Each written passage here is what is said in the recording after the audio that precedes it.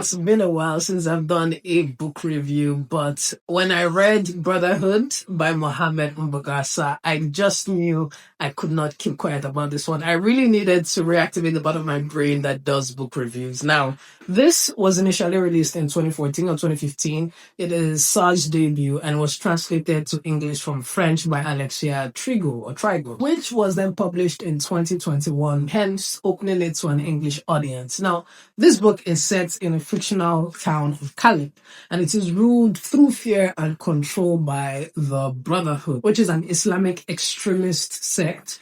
On a beautiful morning in the town of Calais, a young couple have just been executed in the front of a very excited crowd on the grounds of adultery.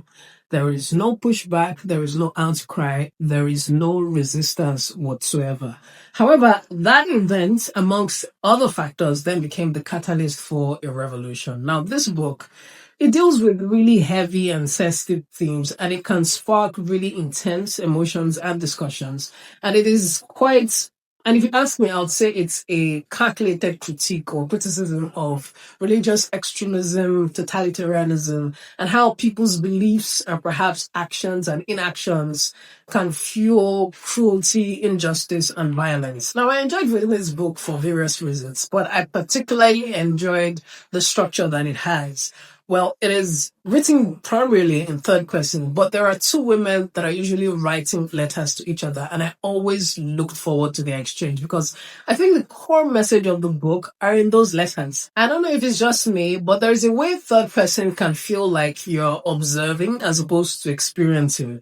But those letters kind of bridged that gap, and it kind of dragged you into every character's mind. But with everything I have said, if I were to describe this book simply, I would say it's a very interesting way to explore how oppressors systematically tap into the fear and inferiority of people while eliciting their different manifestations of their survival instincts. Now, I think this is such a good book, and it's quite difficult to find in Nigeria. You can probably order it on Amazon, but I hijacked this book from someone, and if you ever get the chance to, I suggest you must.